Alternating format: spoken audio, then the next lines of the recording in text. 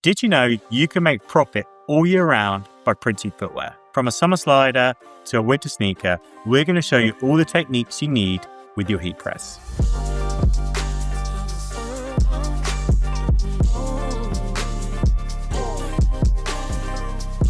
First up, I'm going to use the Hotronics auto open cap press with a TR702, the new sliders from Tri-Dry with the detachable strap. Very easy to get, lots of print on this. I've cut my carrier to match the shape of this just because I think I get a better application here. So we're going to follow the same instructions as we'd normally with Ultracolor Max direct film heat transfers. I really like the cap press as opposed to the flat press here because I've got this natural curve already. I'm going to go for a 3-second pre-press and I get my direct film heat transfer and I'm going to apply this for 12 seconds with a hot peel.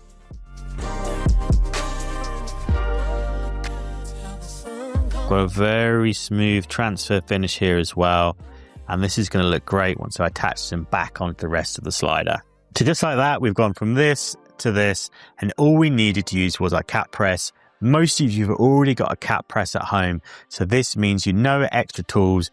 You don't even need a different cover sheet. You just need great transfers to go on the TR702. And now we have this high top. I ordered these from the Rolly Stamina range. This is a really good option for customers that want something a bit more retail, a bit more fashion forward. This is another great option and it's easy to decorate with every single heat transfer. So we're gonna go premium on premium for this. We're going to go 3D silicone on these high tops because this is really going to stand out. It's going to have that tactile finish and it's going to look really dimensional and really great. And again, easy to decorate. All you need is the Hotronics shoe pattern, which is available and in stock now, and is compatible with Hotronics heat presses.